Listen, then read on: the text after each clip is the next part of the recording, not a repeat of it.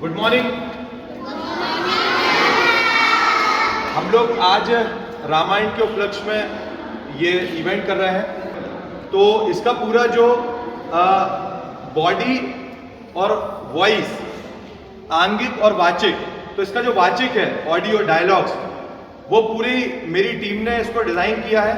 सारे professional dubbing artist ने इसको डब किया है। उस पर हम लोगों ने कोशिश की है कि हम जितना कर पाए। आज जो आप ये नाटक देख रहे हैं, ये तीसरी कास्ट है इस नाटक की। इसके पहले 3 कास्ट चेंज हो चुकी हैं। हम लोग जितना भी प्रयास कर पाएंगे। मैं एक शिक्षक हूँ, लेकिन मेरा भी छात्र जीवन है और वो हमेशा चलता रहेगा। सभी सीख रहे हैं हम लोग। तो आप लोगों से निवेदन है, आप बच्चों का उत्साहवर्धन करें और एक बार जोरदार तालियां सभी के लिए। लीजिए शुरू करते हैं राम कथा रामायण। आंगिकम भुवनम यस्य वाचिकम सर्ववाङ्मयम् आहार्यम चंद्रतारादि तमा नमः सात्विकं शिवम तमा नमः सात्विकं शिवम।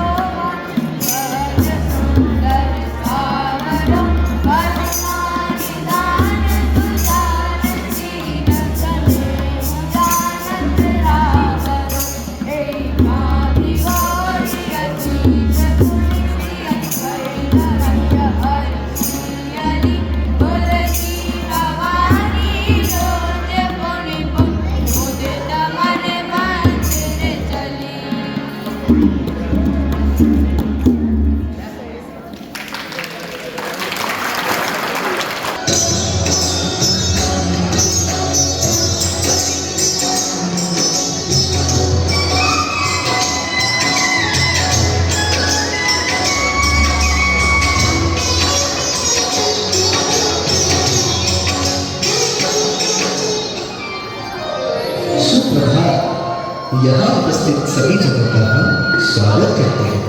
आज आपके सामने प्रस्तुत कर रहे हैं राम कथा। रामायण केवल एक धार्मिक ग्रंथ ही नहीं, बल्कि ये मनुष्य को जीवन की सीख देता है। तो चलिए जानते हैं रामायण से मिलने वाली सीख के कुछ अंश।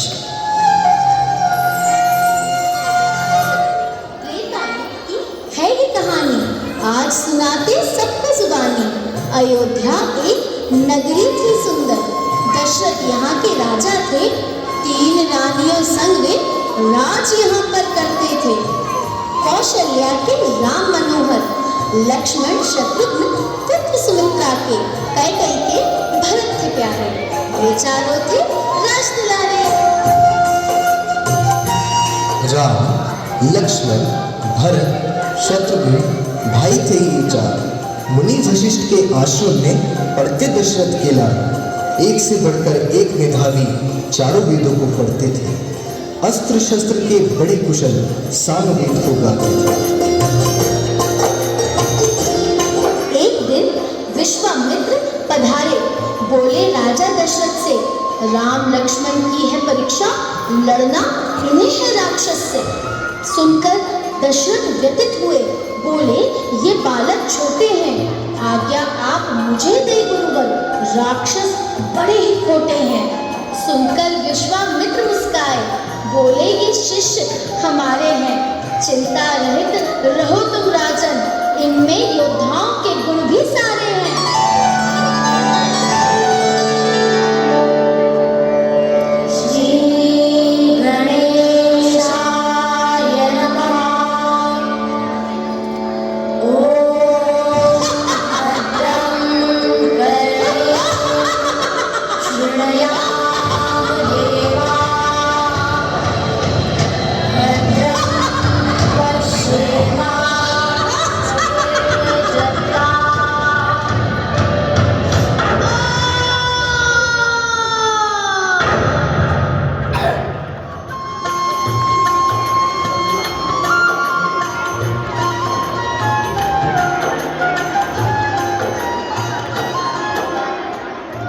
तभी सिया के स्वयंवर का आया बुलावा जनकपुरी से। राम लक्ष्मण को साथ दिलाकर पहुंचे विश्वामित्र बड़ी गति से।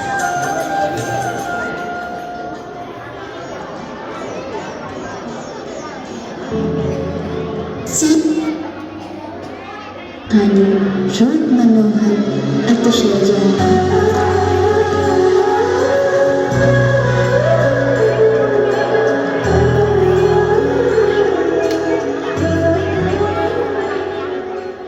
राम को देख कर श्री जनक नंदनी, राम को देख कर श्री जनक नंदनी, बाग में जा खड़ी खड़ी नंदनी। राम देखे माँ सिया राम को, राम देखे माँ सिया राम को, चार अखियाँ लड़ी रही राम को।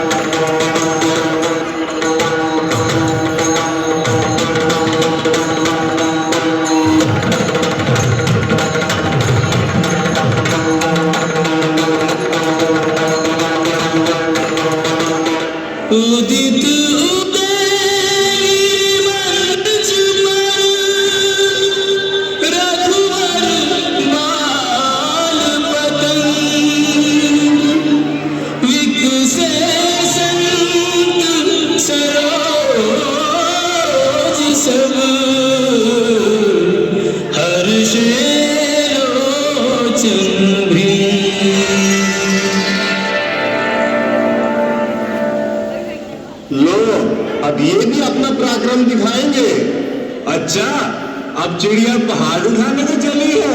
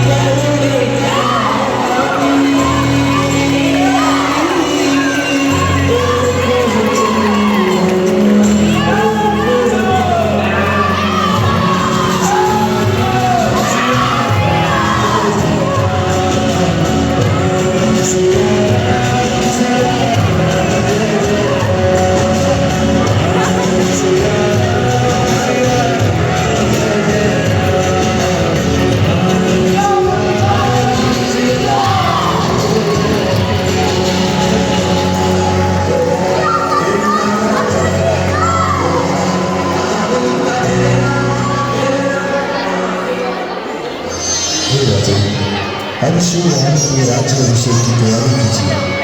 2 दिवस बाद शुभ मुहूर्त।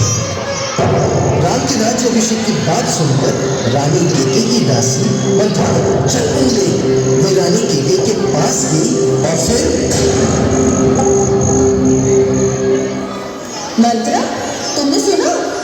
2 दिन बाद मेरे रामलला का राज्याभिषेक होगा। मूर्ख रानी, सोच समझ कर बोलो मंत्रा। याद रहे, तुम केवल एक दासी हो। महारानी केकई, मुझे तो ज्ञात है कि मैं एक दासी हूँ, दासी। पर क्या तुमने सोचा है कि यदि राम राजा बन गया, यदि राम का राज्याभिषेक हो गया, तो तुम्हारा क्या होगा? वो राम बनेगा राजा और कौशल्या बनेगी महारानी। तुम्हारा पुत्र भरत, हाँ, तुम्हारा पुत्र भरत बनेगा दास और तुम बनोगी दासी। दास? मेरा पुत्र दास? नहीं नहीं, मैं क्या करूं मंत्रा? रानी केकई, याद करो, तुमने एक बार महाराज दशरथ के प्राणों की रक्षा की थी। तब उन्होंने तुम्हें 2 वरदान दिए थे। उन्हें मांगने का यही उचित समय है। मंत्रा की बातों का कैकई के ऊपर गहरा असर हुआ और वे कोप भवन में जा बैठी। राजा दशरथ रानी कैकई से मिलने आए।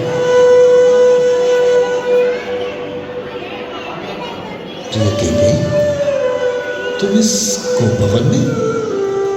आपने मुझे 2 वचन दिए थे, आज उन्हें पूरा करने का समय आ गया। देवी, मांगिए। आपके लिए तो मैं अपने प्राण भी देने को तैयार। तो मुझे पहले वचन में चाहिए राम को 14 बरस का वनवास हो, और दूसरे वचन में चाहिए कि मेरा पुत्र भरत अयोध्या का राजा बने।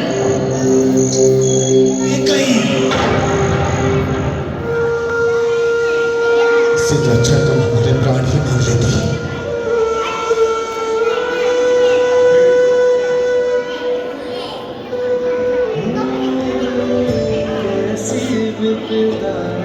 रघुकुल आई वन को चले सिया रघुराई, लक्ष्मण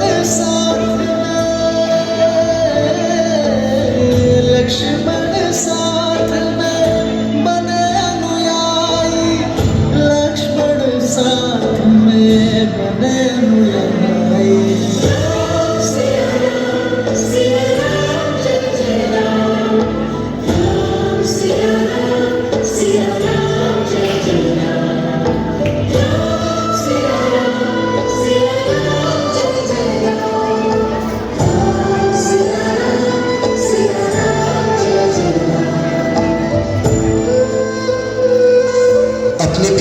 आज्ञा और वचनों को निभाने के लिए श्री राम ने 14 वर्षों का वनवास स्वीकार किया।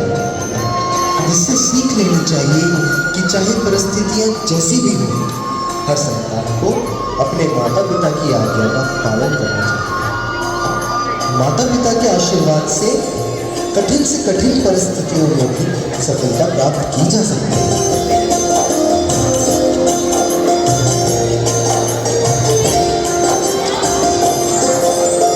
युवराज, ये क्या कर रहे हैं आप? असली राजा तो श्री राम है, मैं मात्र उनका सेवक हूँ। श्री राम की पादुका इस सिंहासन पर ही शोभा देती है। जितने बरस तक भैया वनवास में रहेंगे, उतने बरस तक मैं राजमहल का त्याग कर बाहर कुटिया में ही रहूंगा।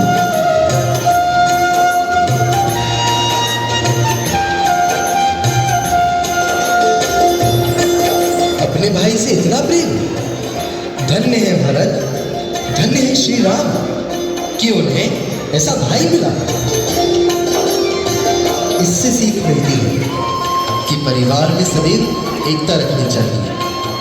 भाई यदि भाई के साथ हो तो विषम परिस्थितियों को भी आसानी से पार किया जा सकता है। इसलिए परिवार में प्रेम और एकता बनाए रखना चाहिए। यूं ही देखते देखते कई वर्ष बीत गए। श्री राम सीता और लक्ष्मण के संग पंचवटी में आए।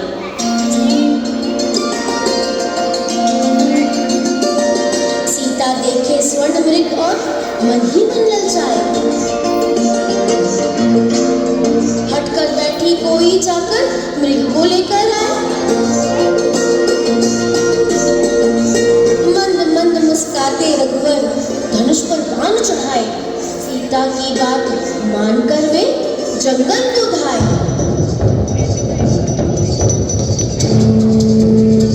बाण लगा जब मृग को उनका असली रूप सामने आया। यह है कोई छल जान, राम के हृदय में अंधकार छाया।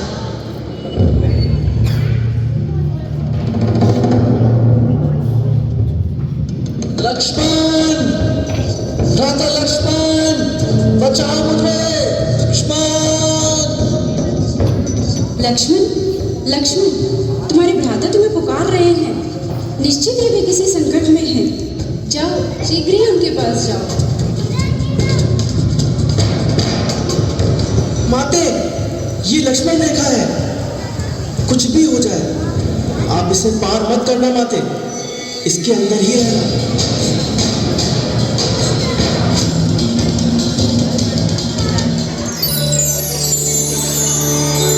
भिक्षां देहि, भिक्षां देहि, भिक्षां देहि माते।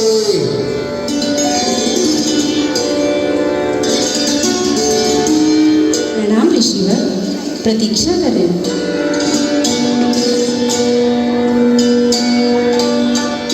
लीजिए बाबा, भोजन ग्रहण कर लीजिए। अब तो हम आसन पर बैठ चुके हैं, हम यही भोजन ग्रहण करेंगे। परंतु बाबा, मैं इस रेखा को पार नहीं कर सकती। देवी, तुम हमारा तिरस्कार कर रही हो। द्वार पे आया अतिथि भगवान समान होता है और तुम हमारे साथ पशु पक्षी जैसा व्यवहार कर रही हो। ठीक है, हम तुम्हारे द्वार से भूखे ही चले जाएंगे। नहीं नहीं मुनिवर, आप क्रोधित ना हो, मुझे क्षमा करें, मैं वहीं आती हूँ।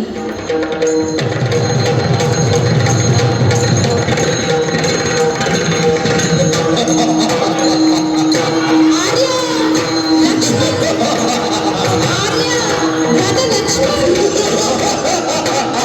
आर्या, बचाओ।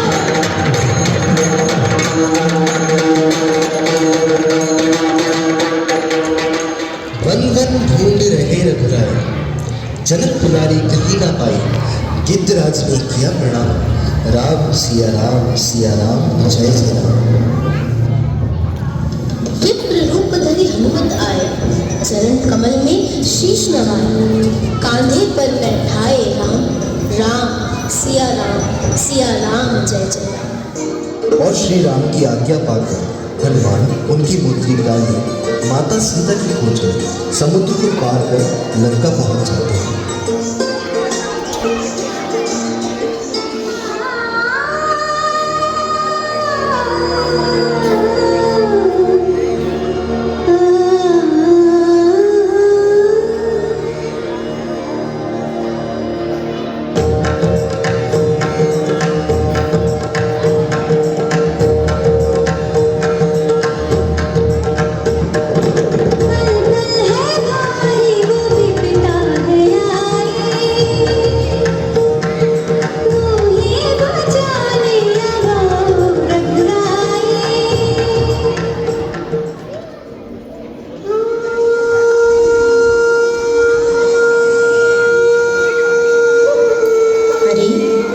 यह क्या?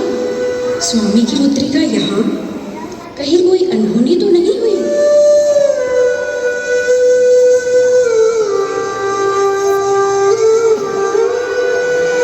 प्रणाम माते, मैं श्री राम भक्त हनुमान हूँ, प्रभु का संदेशा लाया हूँ। श्री राम अपनी सेना के साथ लंका की तरफ कूच करते हैं, परंतु सामने विशाल समुद्र था। श्री राम जी समुद्र से रास्ता मांगते हैं, तो समुद्र उन्हें बताता है कि आप मेरे ऊपर एक सेतु का निर्माण कीजिए। नल और नील आपकी सेना में 2 वानर हैं, जिन्हें एक ऋषि से श्राप मिला है कि यह जो भी वस्तु समुद्र में डालेंगे वह तैरने लगेगी। दोनों भाइयों ने अपनी कुशलता से सेतु निर्माण का कार्य आरंभ किया। सेतु निर्माण का कार्य जल्द ही पूरा हो जाता है और राम अपनी वानर सेना के साथ लंका पर चढ़ाई कर देते हैं।